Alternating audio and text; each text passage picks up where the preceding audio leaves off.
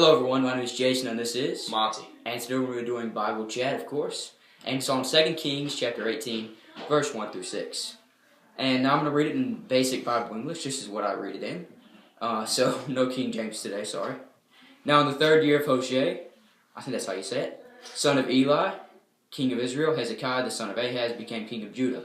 He was 25 years old when he became king, ruling in Jerusalem for 29 years. His mother's name was Abi, the daughter of Zechariah. He did what was right in the eyes of the Lord, as David his father did.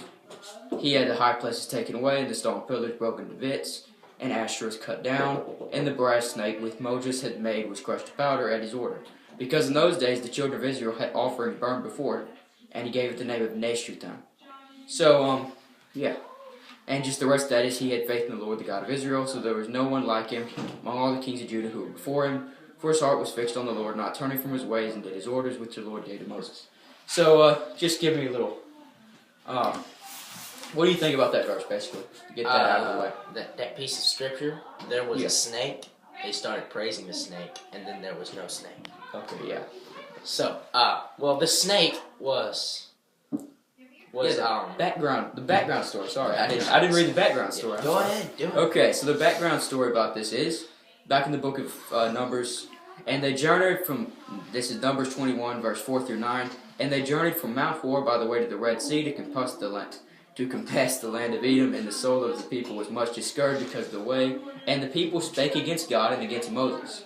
Wherefore have ye brought us out of Egypt to die in the wilderness? For there is no bread and there is no water, and our soul loatheth the sly bread. And Jehovah sent fiery serpents among the people, and they bit the people, and much of the people died. And the people came to Moses and said, We have sinned because we have spoken against Jehovah and against thee. Pray unto Jehovah that he take away the serpents from us. And Moses prayed for the people. And Jehovah said unto Moses, Make thee a fiery serpent, and set it upon a standard, and it shall come to pass that every one that is bitten, when he seeth it shall live. And Moses made a serpent of brass, and set it upon the standard, and it came to pass that if a serpent had bitten any man, when he looked upon the serpent he lived. So, basically just run this down.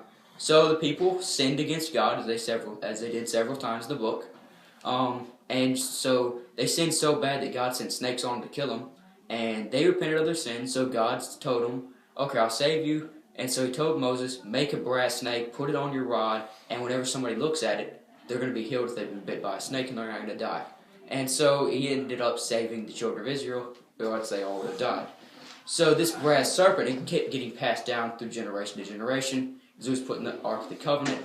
And so, but in those days, back jumping up to 2 Kings, in the years of Hezekiah and all that, right before they invaded the land, Syria did, and captured all of them. This is right before all that in the book of Daniel. So the people of Israel started worshiping that brass snake. So we have a little bit of a problem here. What God meant as a miracle to save his people, the children of Israel, years down the road, had started actually worshiping that snake instead of what it was actually meant for, was to save those people. So what do you think about that?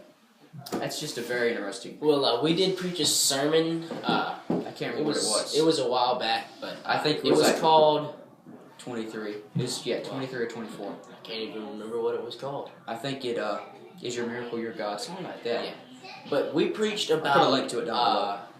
How your miracle that God gave you can become your God. Instead of praising God, you're praising your miracle. Yes.